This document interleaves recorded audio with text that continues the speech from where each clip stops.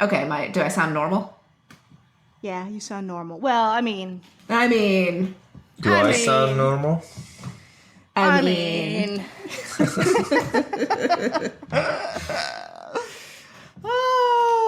Oh my god, guys, you don't... I have to take a shower so bad, it's not even funny. How long has it been?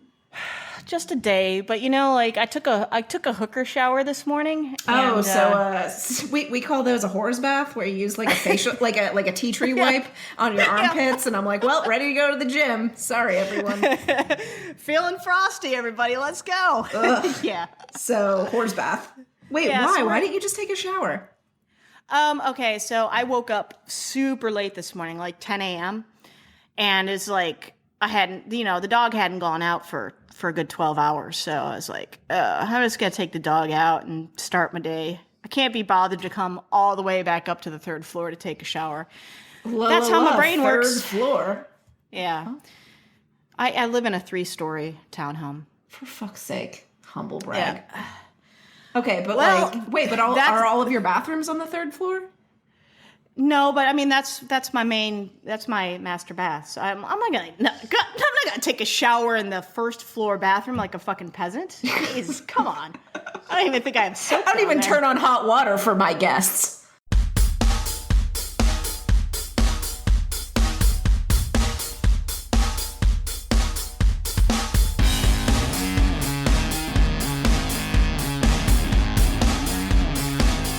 I didn't want to. I had 2 other people waiting on me to start this podcast. I didn't want to be late. So your politeness, the impulse of British politeness won out over the impulse of British proper tea making. Exactly. So hey everybody, and welcome to episode 10 of May We Geek Again. We're a little podcast where we talk about a show on the CW called The 100, and also we talk about proper tea making and my inability to make proper tea. Because I'm a horrible monster who should be, I don't know, dumped by the side of the road.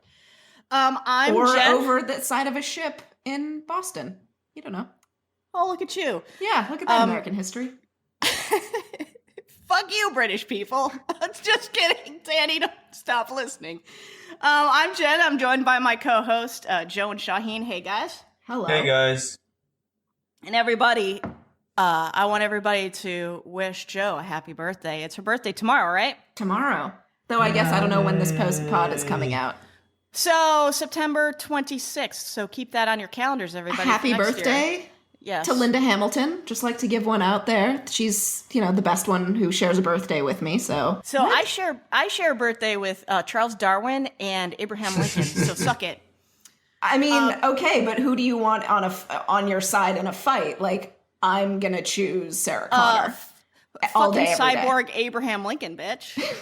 Right, of course, cyborg. And I grew up in Illinois, the land of Lincoln, so every year on my birthday we didn't have school. So extra special for me. Obvi. So happy birthday, Joe. Thanks.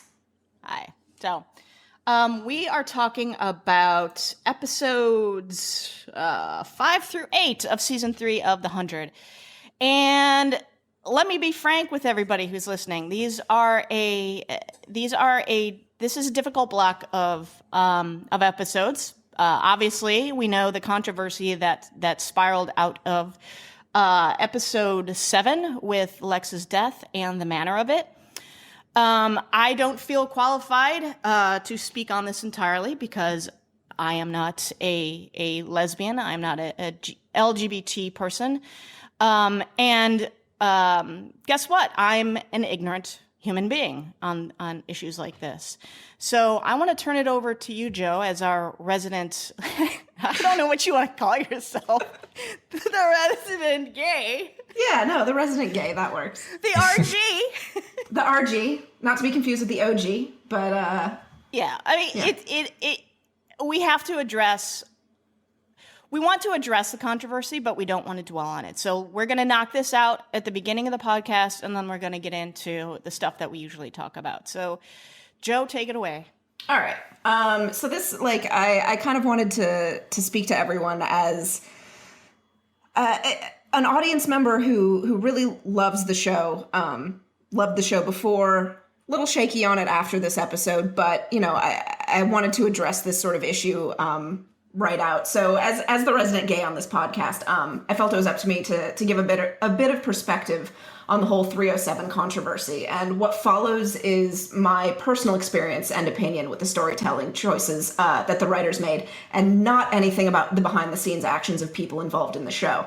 If you're interested in that, and I really do recommend familiarizing yourself with it, as it is incredibly relevant to the wider audience outcry, check out wedeservedbetter.com for a timeline complete with Twitter and Tumblr receipts detailing sort of the queer baiting that happened and a wider context of why the bare your gays trope is problematic. Check out lgbtfansdeservebetter.com. And then, there's also some fundraising and stuff going along with that, but definitely check those out if you're kind of interested in the outside of the show issues.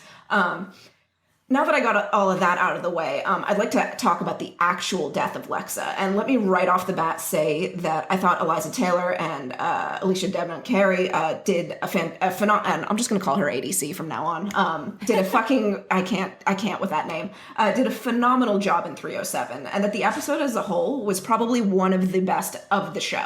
The way they cut between the flashbacks of Becca trying to save humanity versus the brutality of blood must or must not have blood in Polis, it was stunning. It was a great episode, except for a little bit. The death itself, it was problematic. And for this, I have to talk a little bit about what I like to call time-traveling wounds. Way back in May 2002, I was watching Buffy live as it aired on TV, because I think this was maybe even before TiVo or right around that time. I was in college, and the episode title was called Seeing Red, where Willow and Tara, the show's openly gay couple, finally reconnected after a temporary breakup. They were shown in bed post-coitally being all cute and lovey. Later in the episode, Tara was shot and killed by a stray bullet in front of Willow, a bullet shot by an angry white male, and a bullet meant for the show's blonde protagonist. At 18, I was devastated. I was just coming to terms with my own sexuality, and here was a rare glimpse of characters who were like me on TV. And what happens when you're gay on TV? Nothing good. Nothing good at all. So to see Lexa killed by a stray bullet moments after she'd finally found happiness with the one other person who really got her, who made her feel whole and complete, was an immediate flashback to 15 years before. My heart was broken for teenage me, and I was angry for adult me because after 15 goddamn years, I was still having to deal with this shit. It was lazy writing, and for the writers to say we weren't aware of the trope or we thought the episode itself carried the narrative above the trope is just a flat-out lie. Or stupid. Or both. If they genuinely felt like they needed to kill Lexa for the story, and arguing that point is an entirely separate issue, then they needed to be aware of what exactly they were doing. They'd created one of the best characters I've ever seen. A total badass who just happened to be gay, and she was masterfully played by ADC. And I would like to reiterate the point that just because there are a lot more gay characters on TV, simply saying they exist doesn't mean I have to like them. Much of the time, they're embarrassingly written, reduced to being their sexuality for the sake of diversity, or just otherwise just unsatisfying characters. But the writers did something amazing with Lexa, and then they copied Joss Whedon's homework and wrote her off in a lazy and totally not shocking way.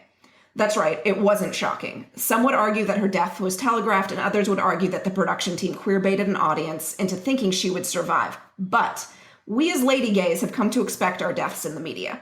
The only thing shocking about it was that they did such a terrible job with it. And I invite you to also check out Autostraddle's list of, I think it's 165 maybe at this point, dead lesbian characters or bisexual female characters who have been killed on TV since basically the beginning of whenever they started showing up. It happens a lot. I recommend you check out Autostraddle for that. The moment an often lesbian queer character achieves happiness in love on a show, they are killed. And so to watch that play out once again on a show that had really been quite sensitive and inclusive in its treatment of LGBT characters was a slap in the face. I felt awful for a week after I watched it, and I apologized to my girlfriend for being so extra about it. I'm a grown-ass adult, and yet I didn't sleep that night, and I felt nauseous every time I thought about it. the way I explained it to her was that for some of us, like indoor kids, you know, those of us who didn't date in high school, those who lived vicariously through the characters in books and TV and movies, certain characters meant a lot to us. They were the ones who we could identify with. They taught us that maybe we could be happy, that we could lead lives that were rich and fulfilling.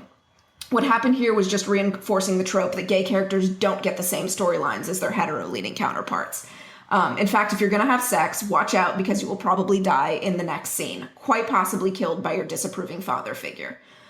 As for why I continued to watch the show, listen, it was a shitty thing they did among other shitty things about season 3, but I'm invested in the characters and where the story is going. I hope that in season 4 they fix the things that they fumbled in season 3. And to be honest, if I stopped watching a show every time they killed a gay, I legit wouldn't have any TV to watch.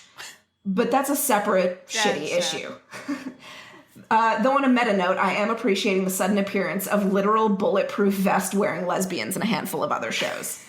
And to return to Buffy for just a moment, and I don't think it counts really as a spoiler since it was in 2003, but in 2003, Willow got another girlfriend, who was awful, by the way.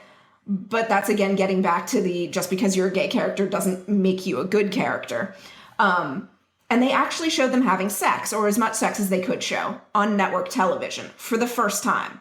As in, nowhere else on television had two women been shown having sex on network. And I think it was only the year before that any queer sex had been shown on of all shows, Queer as Folk, which was on Showtime. But anyway, hopefully the honchos on the 100 will learn from their mistake and do something groundbreaking in the future. So what I guess I'm saying is this. I still watch because Clark, Raven, Bellamy, Murphy, and everyone else are dear and precious to my heart. Plus, I'm holding out for Princess Mechanic and Brophy is Endgame. Okay, so that's it. Like, that's the opinion of an old gay who is super sad for her younger gay self and all of the young gays who were watching that night. Thanks, Joe. Welcome. Or brava, whatever. Whatever you're supposed to say. Yeah, are you going to snap? Like, because we're at a coffee shop? Thanks. I guess I have the 100 to thank for showing me how ignorant I am. So thank you, 100. You have made me somehow a better person. I wrote my review of 307, and it was rather tone deaf as I reflect back now. And Joe, what was your opinion of my review when you read it? So I had been following you on the subreddit being like, oh, she replies to things with funny GIFs. And I think I found your first review because Jason Rothenberg actually tweeted out one of your reviews, which was like kind of a big deal. And I told my girlfriend, I was like, oh my God, this Redditor, like the showrunner, he knows who she is. Like, it was like a big deal. And so I'd been like reading your reviews, and then I read this one and I was like, wait, what? Like, that was kind of dismissive. Like, for how I felt, for how terrible I felt about the episode. And, you know, I thought we were cool, and, you know, why'd you have to do me like that? And yet somehow you agreed to do a podcast with me. So I know, right? Like, I guess you are a very forgiving person. So as a straight white lady in America, I have to, so here's my thing. My brother is gay, okay? So I'm like, oh, my brother's gay. I get it. I'm a good ally. I'm all for LGBT rights, blah, blah, blah. And then I utterly tripped over my own dick with that review. You know, maybe when discussing lesbian issues, you don't bring giant dicks into it. Just more little tidbits. I can't stop. I shit the bed on that one. And I didn't go back and revise it and retcon it because I think it's important because and I acknowledged that I shit the bed and did an apology. Because what I realized about myself was what Joe, you touched on. I don't know what it's like to be a lesbian and watching my representation die on TV all the time, or having characters who are less than because they're poorly written because they're not, the community isn't understood, and they're not deep characters. So I don't understand what it's like. And what I've learned from this as an ally is that I can't always give an opinion. And I don't always have the right to give an opinion because it might be an ignorant one. What I have learned is as an ally, the two things that I should be doing are listening, number one, very important. And number two, amplifying the message of minorities who are affected by these issues. So I think that's important, not just for this issue, but for some other issues that are going on in America right now, that if you are an ally, you should listen and use your privilege to amplify. So that's what I have to say. And I was adversely affected by Lex's death too, because I thought she was going to survive the season because I'm a fucking idiot. I got baited by optimism. And the death and then the response to how she was killed a lot of my enthusiasm for the show for a long time. I still feel a little bit of a damper because of, how could they do us like that? And again, I'm just me, a stupid straight white lady, who sees my representation on TV all the time. And that's not to say that we're written very well either. No, not necessarily. No, there's a lot of representation out there that's done very poorly, even if you're the majority character, because a lot of TV is just written very poorly. So I appreciate your stance on that, Joe. I appreciate your opinion and how you expressed it. So I think Shahin, unless you have any takes on it, we can move on to the meat of what our show is about. Yeah, I guess along the lines that we were talking about before we started the podcast, I just feel like to understand this issue better, there's some issue of how what happened in this show relates to what happens in other works, right? And then there's also what happens on this show alone, right, as a standalone work. And then there's the issue of like, what was the intention of people who wrote it, right? And what actually happened. Those are also separate things. So yeah, I feel like I'm trying to understand everyone's experience, right? So it seems like the writers seem to me, they didn't intend for this to happen. Yeah, I think that's a very somehow, important and point. it seems, I understand that it's unlikely because it's so similar to this other thing that happened. But I mean, obviously they're not against LGBT people, right? I mean, there are other LGBT people on the show, right? And there's like immediately after this, we have Brian and Miller, so like, and then Lexa comes back, right? So they didn't even, so there was some disconnect there between intentions and what actually happened, and then the history of it. So, yeah, I guess I just wanted to say that in retrospect, those are all questions that we could ask, Yeah. But obviously, when it was being aired weekly, the reaction that it created in people who were watching, that, nothing can negate that, obviously, and that's a reality that existed and that they caused, so Yeah. I think it's very important for me, at least, to express my personal opinion that I don't believe that they meant to intentionally hurt anybody. I don't think this was a homophobic thing that they did. I think it was ignorance, not understanding that the trope was still very much prevalent and still very hurtful. And I think they thought that they could write themselves out of it.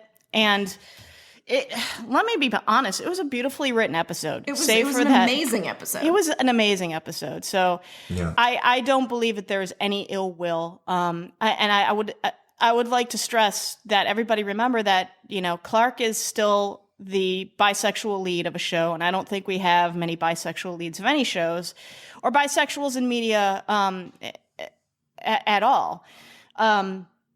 So Right. let's not. I mean, even from like a marketing standpoint, if you think about it, they wouldn't want that reputation to be ruined.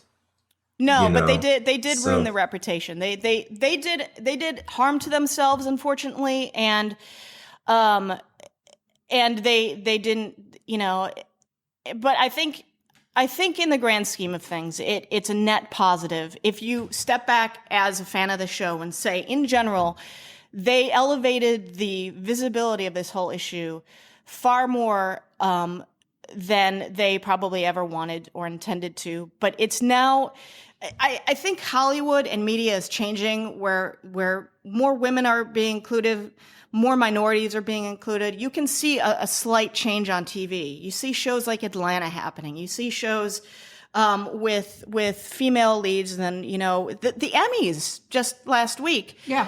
We've Sci-fi, got like some genres that aren't like the normal white male prerogative or whatever. You've got women directors winning Emmys. You've got Egyptian American male leads in sci-fi shows. I don't know if Mr. Robot is sci-fi, but it's definitely genre. So you've got like things that are changing, and it's going to be a slow change because you've still got people in power who like to be in power and give other people who look and talk like them the same type of power. But it's important. These are sea-changing moments, and We Deserve Better came out of 307. And, as a fan of the show, it hurts because why did you have to do that? But at the same time, positive shit's going to come out of it. And we're going to get women, we're going to get LGBT leads, we're going to get minority leads. So I think it's important. So let's talk about that. I wanted to ask a question. Joe and I were talking before the podcast, and I was asking, so do you think that if we just look at the 100 itself, do you think that there's a bias against LGBT characters in terms of when they die, or does happiness last for them? Happiness doesn't last for anybody on this show, dude.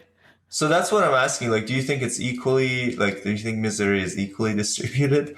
Or do you think, in your experience?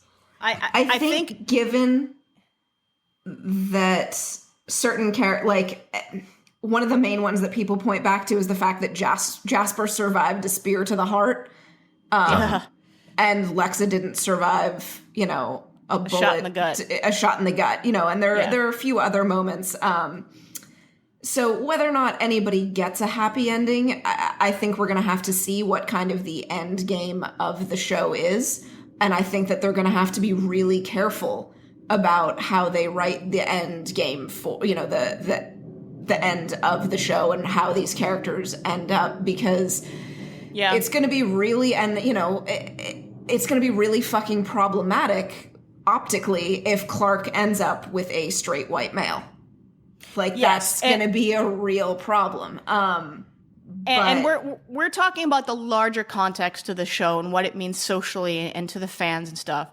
Within its own universe, it could do whatever it wants. But now the show, because of what they did to Lexa, has elevated their visibility. And you're right, Joe, the optics could be very, very poor. But people will then say, well, she's bisexual, so it's bi erasure if you say that she could only end up with a woman. Well, I think the writers kind of wrote themselves out of options.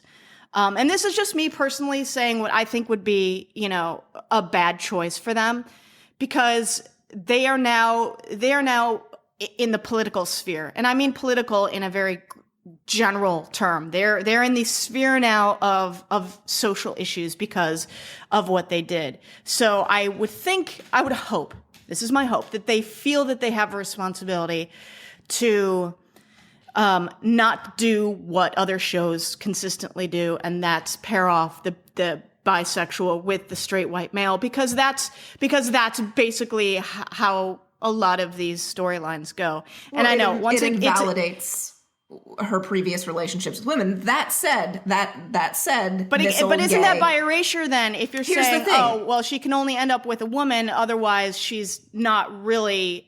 It's so nuanced to me. It's Isn't very, the very best difficult. solution to just kind of Kill her off? Yes. no, to not get I mean, offended no one by should be either sleeping one. with Now that Clark. we realize either option, there's a reason to get offended by it. That means there's also a reason to not get offended by it, right? It's so tough. I mean, Can we just not get offended by these things as long as they don't intend to harm? we are now in a society where everyone takes offense at everything. So Not everyone's as chill as you, Shahin. Not everyone is welcome like to the as generation mellow. welcome to the generation of taking offense at everything. Chill out. But chill out, everybody. Just grab everyone periodically and shake them, shouting, chill out. That goes over really well. So I'm writing bullet point notes throughout this for our like little snippet that we put on the podcast thing, because it's just easier for me to do it that way rather than listen to the whole fucking thing over again. So I'm just gonna write down, Shahin says chill out. That That sounds right. Let's talk about the show.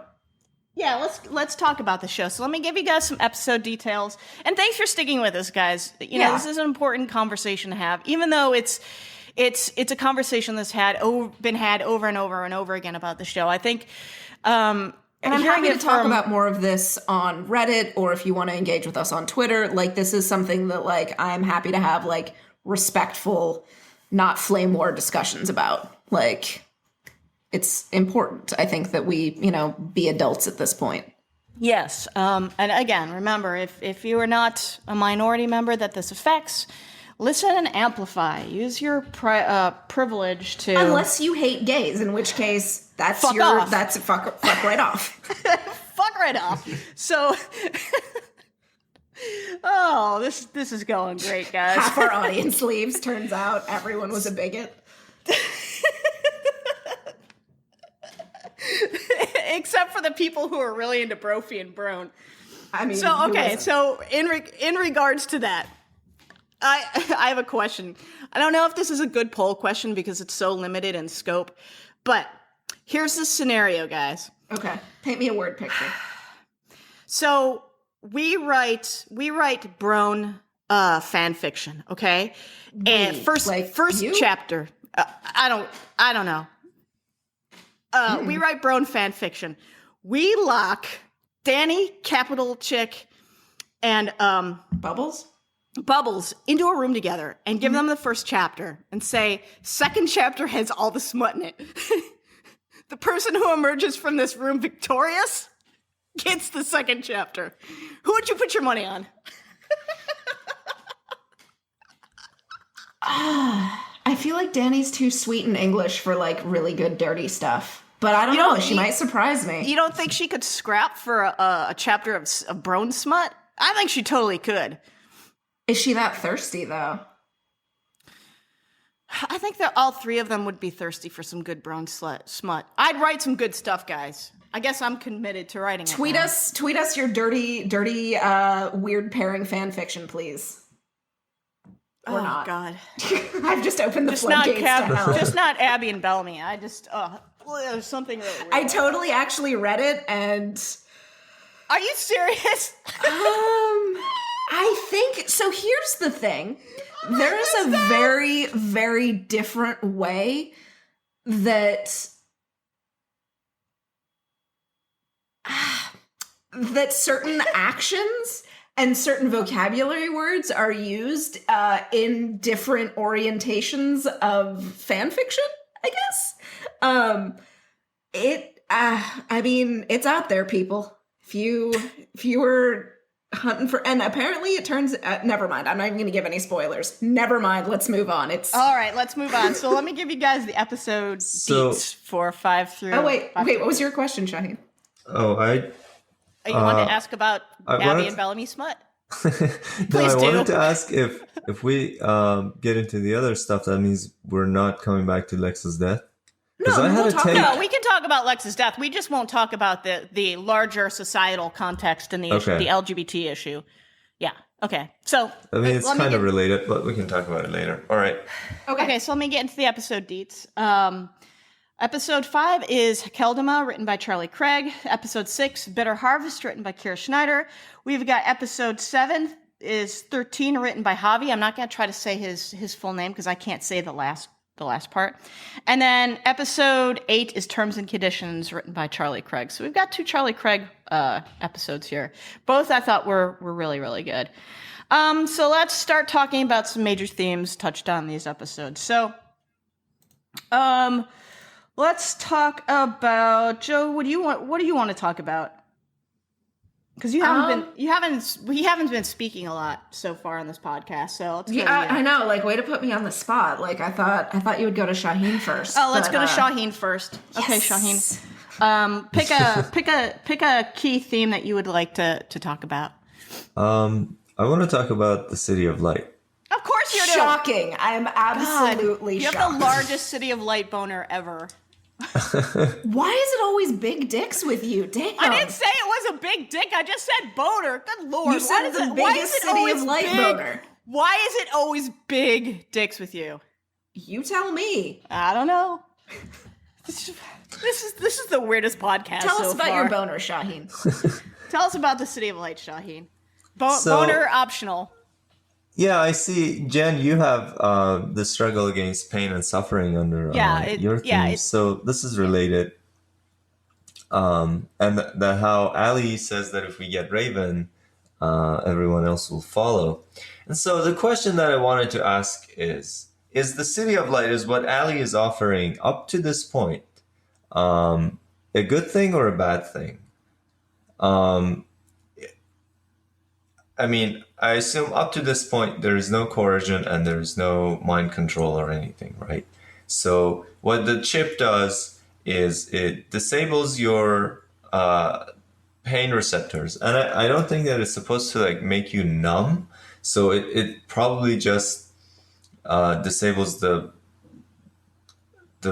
strong pain. Yeah, like the pain that would bother you.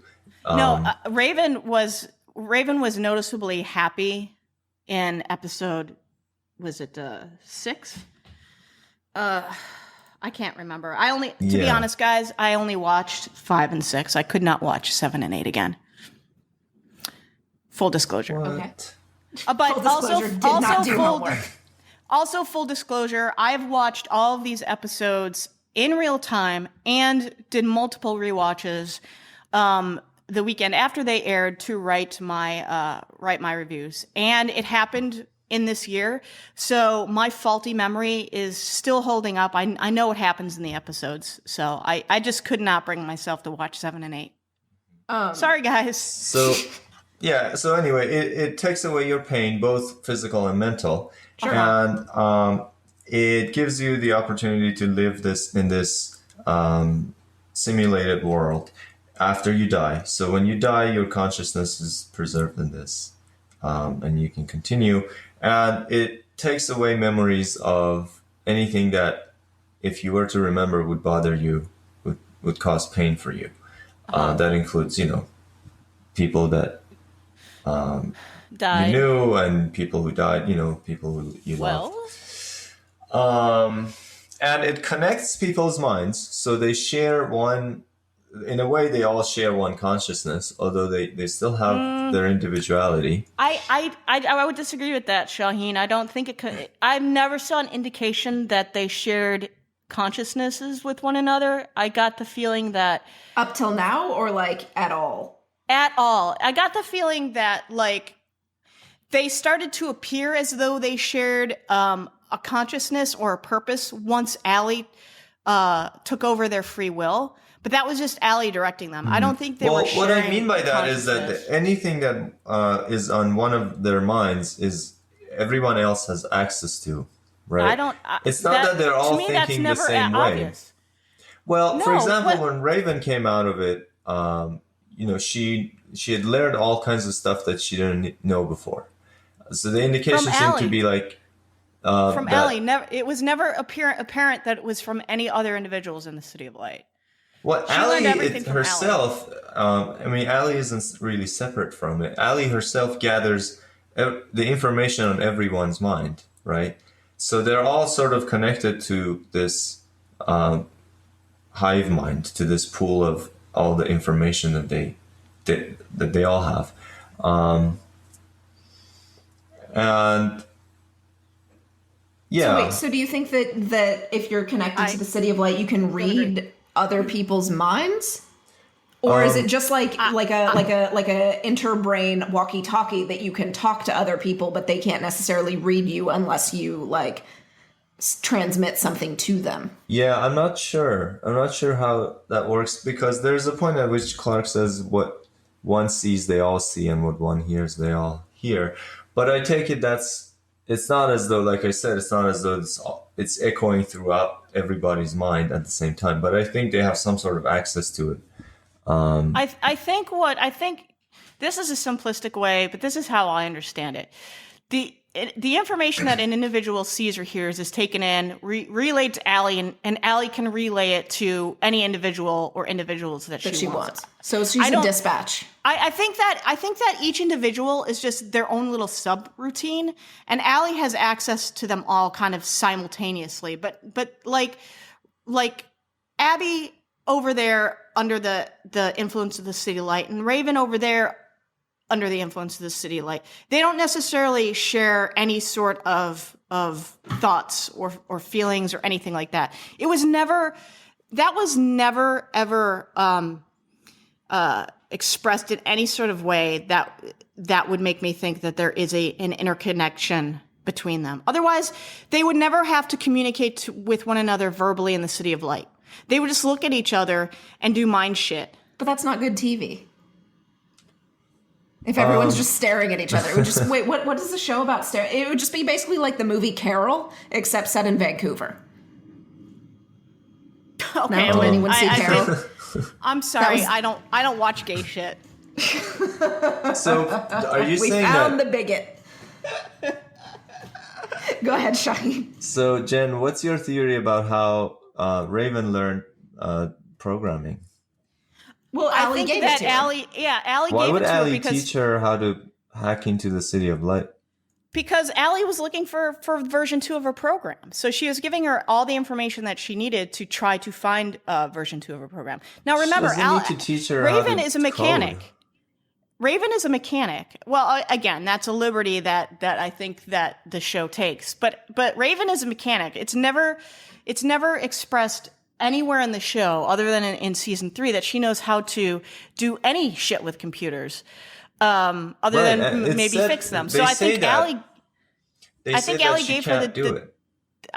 gave her the knowledge she needed to try to find her on the Ark's mainframe. Having just watched The Matrix last night, it's basically Raven knows Kung Fu now. That's what I'm saying. Raven is It's Neo. like she was just connected to that pool of information. And someone in that pool knew this programming. Someone knew other languages, no one would know. No one knew. It's Allie. Allie is a supercomputer, dude. No one would know that. It's Grounders and the only other person who might be a programmer would be like Monty, but he was never chipped. Like there's not a lot of like comp sci happening. Well, yeah, no, the programming would be Allie, but like there's a point where Sinclair is like, "What else did you learn that no one taught you?" Exactly. So I think that's the important thing, is that she learned it from Allie because Allie needed Raven. So Allie gave Raven the necessary knowledge to try to find version 2 of her on the Ark mainframe. I don't think that she would have given that to anybody else unless she was using them for that very specific purpose. I don't think Allie is generous in that respect. She doesn't know the meaning of generosity. She only knows, I need to get from point A to point B. How do I get there, and who do I need to get there? And that's basically her, her programming. She doesn't think outside the box, other than how to achieve what she needs to achieve. Anyway, so the question is this a good thing or a bad thing? Well, that's the more interesting question you ask. Shahin, is it a good thing or a bad thing? I think- guess right sorry. now in these episodes, it's a good thing. Yeah, it doesn't seem bad until all of a sudden, like at first, Jaha forgetting about Wells, you're like, oh, well, okay, that's weird, but like, and they definitely drew attention to it, but it was still a little bit of a throwaway. I think it's not until episode 8 where Raven freaks out because she can't remember Finn, she can't remember her first kiss, that like we as the audience are like, oh, like not only do you lose sort of the bad memories, but if a person is touched by a bad memory, you lose everything else that person in your memory has touched. And my you know? question is that a bad thing? Well, yeah, I mean, why is that important? Why is the memory of that dead person so goddamn important that she must paralyze herself? She basically, what she said before she took the chip was, I have no option left. I can't do what I used to do, and I can't be that person who's always asking for help. That's just not who I am. So she was running out of options. Why is the memory of that person so important? Person who's died and can do nothing to you anymore. That you have to basically be miserable and dysfunctional for the rest of your life, just so that you remember them. And remember that memories, they're not like camera recordings of what happened. Memories are fictions that your own mind creates to encode stuff that happened to you. It's constantly changing. What you remember about something is going to be very different in 5 years and 10 years. You're making it up as you go. Every time you remember it, you add something to it or you subtract something to it. It reflects who you currently think you are. And besides, I mean, what is this idea of who you are anyway? What is this idea that this is part of who I am? That's not a thing. Who you are changes every day. You can change it every day. You can choose to be who you are. And it changes anyway over time. Over time, it changes. I mean, you're not the person who you were 5 years ago. And we don't think that that's a bad thing. We just think you changed. And that includes forgetting some people or not thinking about them as often anymore. But you're fine with that. You're like, well, this is who I am now. I think your argument of just like, memory is not to be trusted. It changes. You change who you are. Absolutely. Like that in itself. I can't argue with that. But that's all you are, though. But if we're talking, if we're talking about what happens with this story, okay, let's say she loses Finn as her memory. What's to stop? How much has Finn touched in her life that she then wouldn't be able to remember in terms of like other little insignificant things that did shape who she became? Eventually, she is not herself. She then is simply Allie. And so I think that's what freaks her out. It's not necessarily that she's like, oh, this is a bad thing because I don't feel good anymore. It is, holy fuck, who am I anymore? And that's what scares her. There was no indication that this was going to progress and become, that she's going to forget more and more, right? It's just that... But how does she know that? There's no assurances. And the only person that she can ask is Allie or Jaha, who are both unreliable in terms of providing that truth. Yeah, they're very bad narrators because they both have an agenda. I would argue that memories are really... We know that Allie's goal was to make life better for you. So that's all she cares about. She's not trying to like... But her definition of that change isn't necessarily the same thing that a human's definition is. Making life better for her means taking away pain. And pain is an essential part of who we are, and it makes the joy and happiness that much deeper. It gives context to the good things that happen. Because if you don't have pain, how can you appreciate happiness? But that's kind of that's kind of question begging, because Allie is saying, look, I have a way. I'm going to make it so that you're always appreciating. You're always happy and you're always appreciating it. Now, you're saying that's impossible. Well, okay, but the premise is that she's doing this. She's doing something, changing the way your brain works in such a way that you're always happy. So it's not the case that you need to experience some sadness in order to be happy. Apparently not. Yeah, but I would also argue back to your point about memories and stuff like that. We are nothing but our memories, except for this exact millisecond. Oh, sorry. This millisecond. No, I'm sorry. This millisecond. Like, I only exist millisecond by millisecond. Everything in my life is a memory. Like, 2 seconds ago, I just said everything in my life is a memory. So that's basically like Wait, everything from this point. I don't know. Did I? Everything Shit. from this point into the past makes who I, constitutes who I am, whether it's memory. So, okay. But if you're willing to give given that up. All right. Like, So that's what we you're know that asking. it's Like, very easy. It's very easy to plant memories in people's minds. Sure. All you need to say is that you confirmed it with, I mean, there are experiments where they bring people in and they tell them, we contacted your parents and they told us that when you were 12 or something, you were lost in a mall, for example, and this old lady saved you or something, and the police came, or you stole something and the police came or something.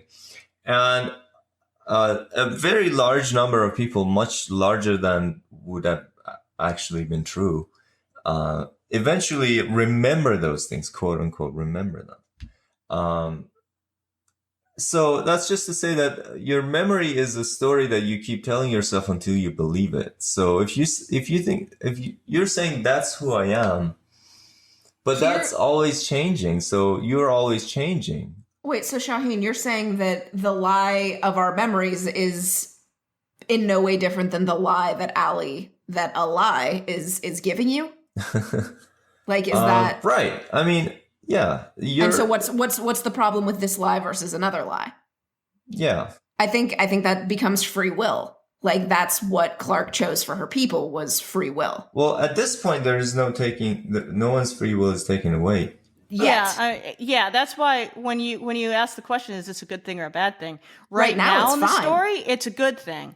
Including the memory thing. Is it a good thing or not? because we don't really understand what's going on until after this batch of episodes, until Fallen, wait. Well, things change in that episode. I'm sorry, guys. When did Raven and Jasper have the conversation about Finn? Was that in 08? That's in 08, yeah. Okay. All right. So ignore what I just said. So we do get an inkling that the good stuff is getting cut out along with the bad stuff. So, the Cleveland Browns. So, okay, including the memory effect, you're saying that the chip is not a good idea. I think at the very beginning, including the memory effect, but without thing. The coercion and without the mind control. So you have your free will, but some of these memories are taken away. No. I think that as soon as we start to realize that the good memories are also cut away along with the bad memories, and that because they might be tainted, Raven, I guess. Yeah, because Raven can't remember Finn. That's when we start realizing that the things that constitute who we are, regardless of what you think a memory is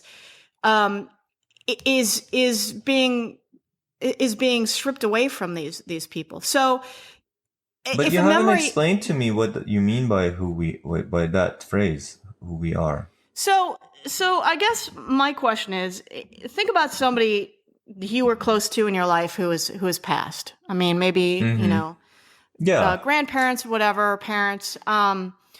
Would you rather live a life having that person completely extracted from your memory because of the pain of their death? Or would you rather have a life that has a little bit of that pain? Or would you want to have all access to all the memories of that person? Because, that person, threw you a birthday when you were 12 years old, or put a Band-Aid on your knee when you skinned it, or tucked you into bed and read you stories, or drove you to soccer practice, or, he bought you your first car. That type of stuff is like... Right, but Shahin's going to say that if if it's gone, then what does it matter? Because you never are going to remember it anyway. Look, but that's a piece of who you are, though. Knowing that what I remember from them is largely confabulated anyway, And that's what you believe, but that's your belief. You think you are making up stories about that person. That's a scientific I don't think fact. It's a scientific fact that none of that stuff actually happened. No, not that none of it happened. It's just that But what every you time remember you read, is what you call want up to a memory, remember. it's different. It will be different. But anyway, knowing that and assuming that this is important, assuming that remembering this person, remembering the good parts of this person, entails that I'm going to be dysfunctional, depressed, and unable to do anything productive for the rest of my life. Of course I would forget them. Who cares? They died. They can't make any difference Shahin anymore. the sentimentalist. Oh yeah, so I guess Shahin, you're just built differently than this than is a lot why of other people. this is why Why you need would pets. I make the rest of my life a misery just to remember someone? What is so important you about would have it? lived in the Shitty Matrix. Catholic. You would have taken the blue pill, is what you're telling me. No, I'm not surrendering in the entirety of my consciousness to someone else. I'm just saying this one memory bothers me. Yeah, I mean, my mind will probably let go of it anyway. How do I get healed anyway? Is by forgetting those things, by not remembering them as clearly anymore. No, it's by not having them at the forefront of your mind every single day. I mean, that's just another term for forgetting. I mean, you remember remember the concept of it, but it's not emotionally attached anymore. I guess I disagree because there's a shit ton of stuff in life that has bad memories associated with it, but that also has good memories associated with it. And it just seems to me that you'd be like taking away so much of a person's context of their life that what is left of them? Just by that one memory of Finn, like Raven's not Raven anymore. She remembers everything else she learned in 0G mechanic class. She remembers everything that she's done, So basically, she's an automaton who can do stuff, but why as far is she as an automaton? an emotional life, she doesn't still fall in love with people who are alive.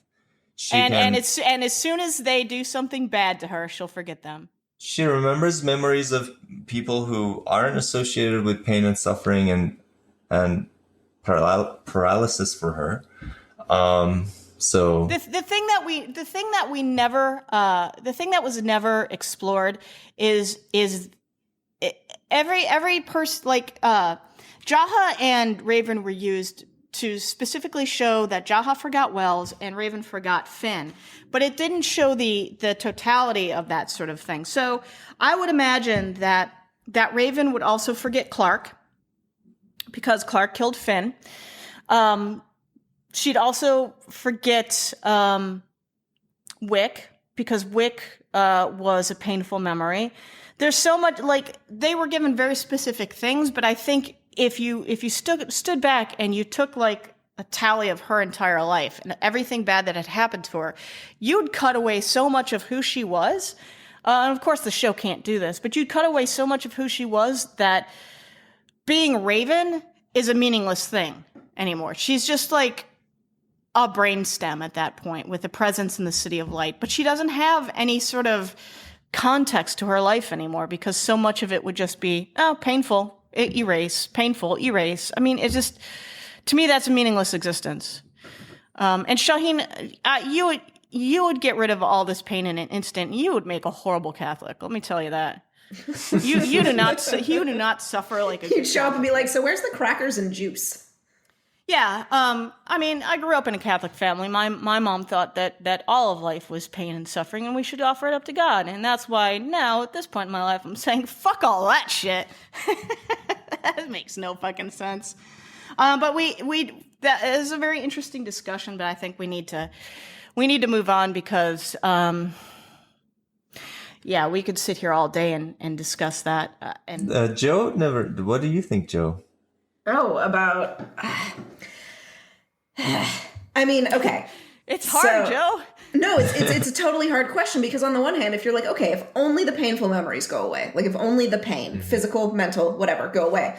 Okay, like I can definitely see the appeal of that because like Though at the same time, does it really matter unless something is a recent pain? Because I have, plenty of painful things that have happened in my life, but enough time has passed that I don't really need anyone to take it away. Like, it doesn't bother me anymore. You know what I mean? Like, it doesn't smart. Yeah, like, I think about it and I'm like, oh, that sucked. Okay. Like, I've moved on. Like, unless I can see the appeal if there was something really, really immediate, which I think is, again, what sort of the purpose of Raven was, because she had this immediate physical pain.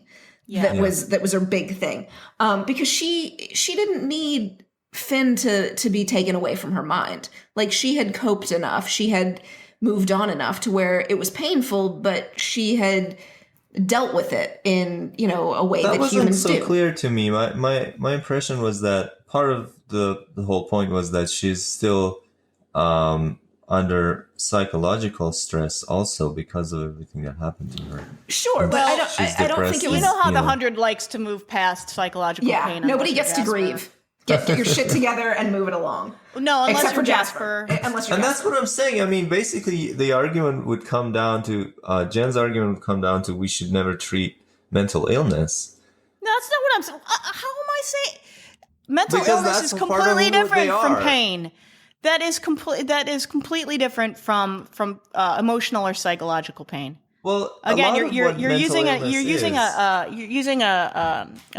stuff on the ends of the bell curve to define my whole stance, and that's not what I'm saying. Well, I mean, like, if you think of a mental illness like intrusive thoughts, right? That's just like a memory that keeps coming back and bothers the person. Right, but if you we try to give them drugs to get rid of that.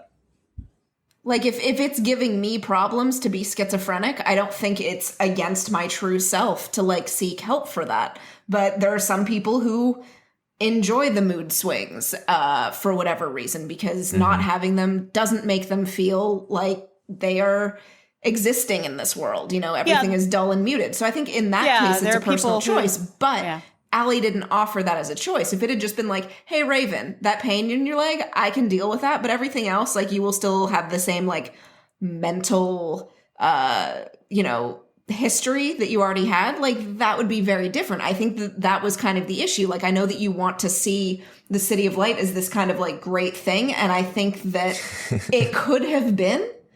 But Allie didn't understand humanity enough to be able to program it in such a way that, like, it would be a tenable solution.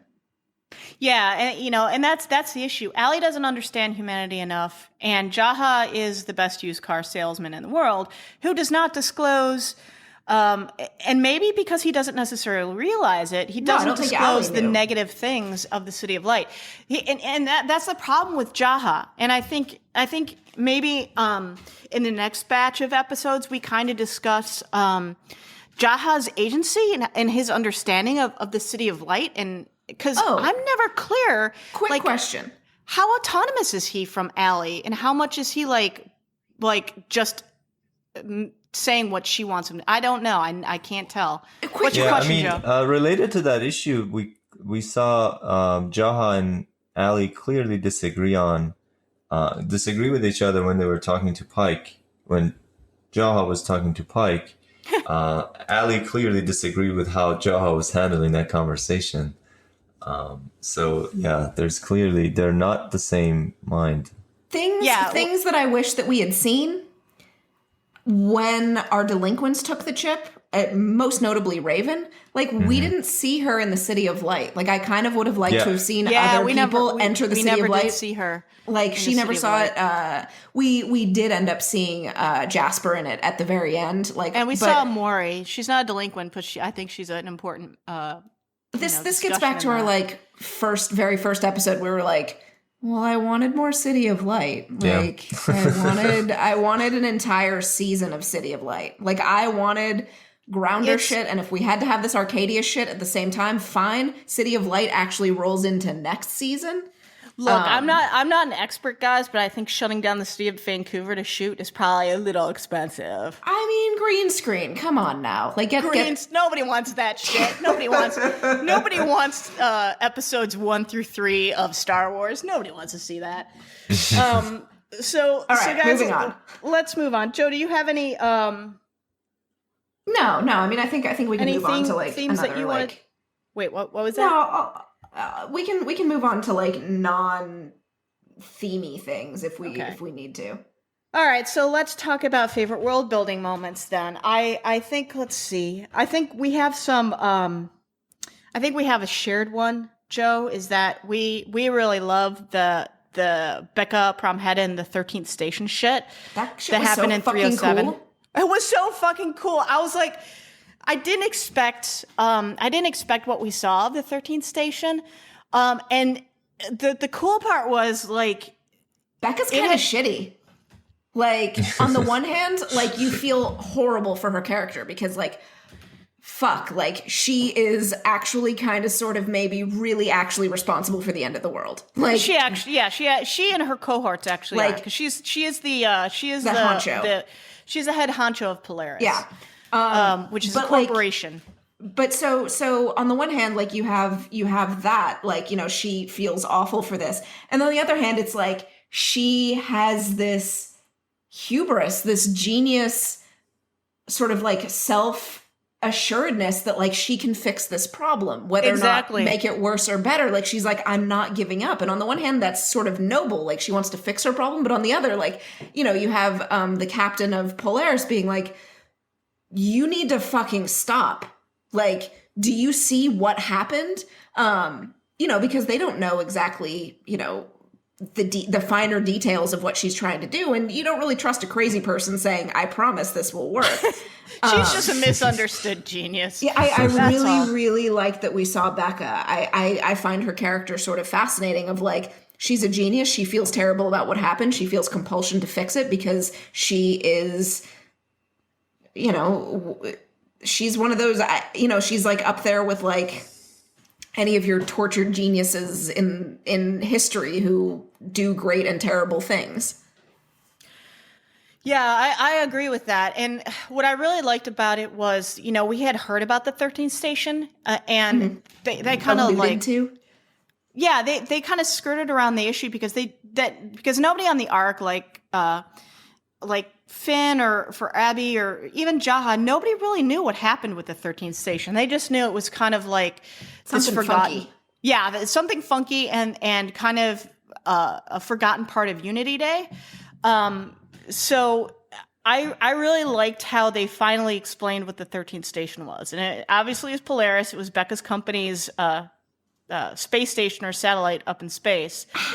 How did we forget this? This is my question. Like, very obviously, the 13th Station was blown out of the sky. And, like, what kind of cover-up must have happened on the Ark to, like, be able to kind of rewrite that history? Like, how was that not known? Like, it's not like it was, like, 500 years ago. It was, you know. It was known. It's just that people didn't know the details of it. Okay. So I think what happened was, I think that the people in charge who blew it up probably didn't admit to it except to other people who were in power. So the folks, the regular everyday folks in Farm Station and Mech Station and all that, you know, the citizens, they didn't know the true nature of what had actually occurred. At least that was my take on it. Because Joe, we know about a lot of events. We know about a lot of events because the government, the U.S. government, the governments of Western democracies, they release or declassify a lot of their information periodically. Yeah, but if you look at other countries where that doesn't happen, there is a lot of stuff that we kind of just know happened, but we don't know who did what and what exactly went down, you know. Yeah, like urban tales, basically. Or urban stories. Or Tiananmen Square, I guess, if you're in China. Yeah. Yeah, that never really happened if you're Chinese. No. I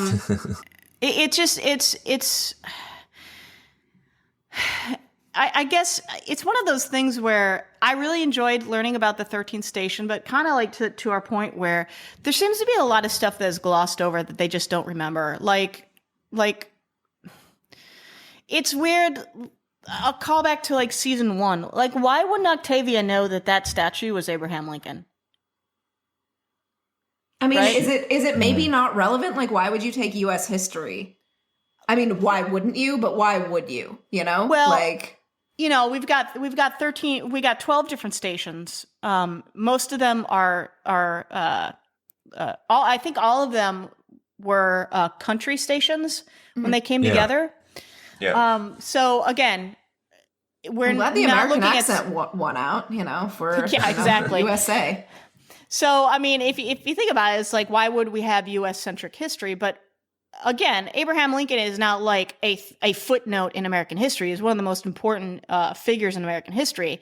So if you're talking about like important figures throughout the world, you talk about, you know, people like Stalin and Churchill and Lincoln and Pinochet and like all these folks who have either good or bad impacts upon their nation. So it's just like really weird how there's a selective memory. Maybe Octavia's a shitty student. Well, given that there are no countries anymore, right? These people think that the details of what countries there were in their histories probably doesn't matter much. Yeah, but why wouldn't the concepts be important though? Why wouldn't emancipation be an important concept to teach? You know, like philosophy and the things we learn throughout history. Like why does Bellamy read the Iliad? Why is that important? Because the writers thought it would be cool, and then they're like, "Oh, let's just never talk about that." Okay, so again, how do they know Gina about? was real. Sorry, what?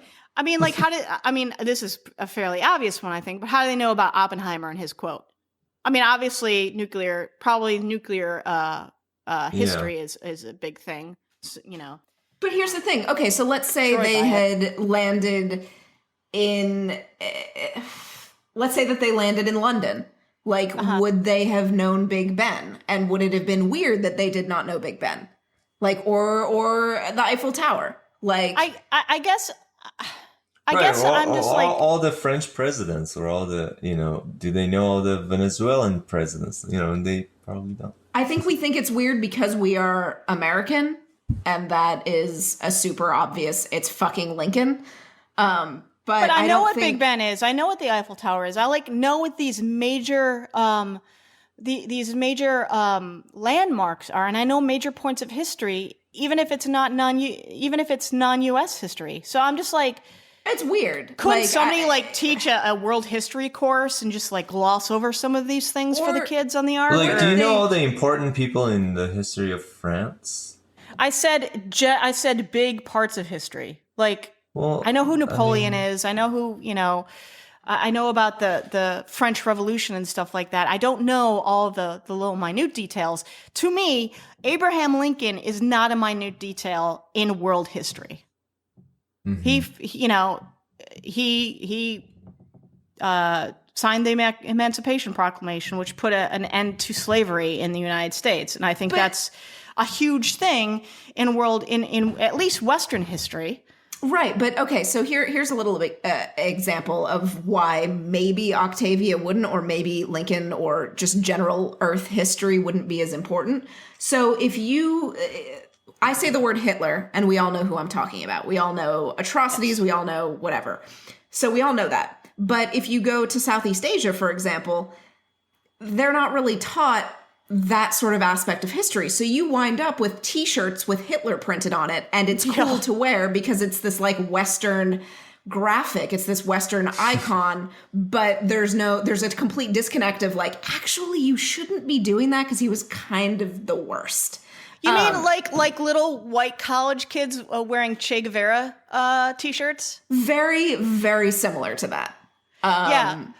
Do your history. Do your research, folks. Jesus Christ. Then again, we don't even know what they were taught on the Ark. Like, why is Earth history? I mean, yes, you would argue that history repeats itself. You should, you know, be aware of these sorts of things. But, you know, why teach Earth skills? You're probably not going to go down to the Earth. Oddly enough, the 100 did, but that's, you know, whatever. Like, I feel like it would make more sense to me if on the Ark you were taught reading, writing, math, and then whatever your trade is going to be. Yeah, the Earth skills you and your thing fucking is liberal weird. arts education, like you would think that like they would have a very specific track for each person. Like they would teach Earth skills to the kids that they expected would teach Earth skills to the next generation, and then Earth skills to the next generation until. So it's like The Giver. until they actually got to the generation where you had to teach everyone Earth skills because everybody was going down to Earth. You know, it's just, to me, it's like, why aren't there like specific tracks that people are assigned to? It just, I don't know. We need a prequel on the space station. Yeah, but anyway, I dove into a rabbit hole there because I want to. The other thing, I want to ask, what's Lexa reading? Right? Grounders can read. What the? What? No, it totally makes sense. She's just looking at the pictures. I mean, I don't know, like, I kind of picture that, like, maybe, like, what if, like, she's reading, like, complete trash, too? Like, what if she's reading, like, Gone Girl or something? Or, like, Flowers in the Attic. Right? Like, complete. Sweet Valley High. I don't know. Yeah, I guess I kind of What is Lexa reading, Twitter listeners? Reading the I Ching or something like that. Yeah, what is she reading? We've got our next poll question. Right? Poll question. Everything. Yeah, what motherfucker is she reading? Like, I want to say, oh, she's reading something like Shakespeare. But nobody wants to sit around reading Shakespeare. Confession time. Then again, she did fall asleep. Am I right? Oh my god! All right, we're gonna come to blows over this. These violent delights have violent ends. I love Shakespeare. I'm just making a joke. Call me. Okay. Confession time. Okay. In regards to my tits, I thought about becoming a Shakespeare scholar after my undergrad. So you didn't enjoy a paycheck, is what you're telling me. You're like, I'm going to be a free spirit living in a van. Look, doing summer stock on the East Coast. I double majored in literature and creative writing and minored in philosophy. At that point in time, I had no clue. And what do you do again for a job? I am a product marketing manager in the software industry, and it is quite lucrative. So I sold out. I sold the fuck out. Hey everybody, Jen here. We're doing another 2-part podcast, so I hope you enjoyed part 1 of episode 10. We're going to have part 2 up in a couple days, so thanks for sticking around with us, and may we geek again.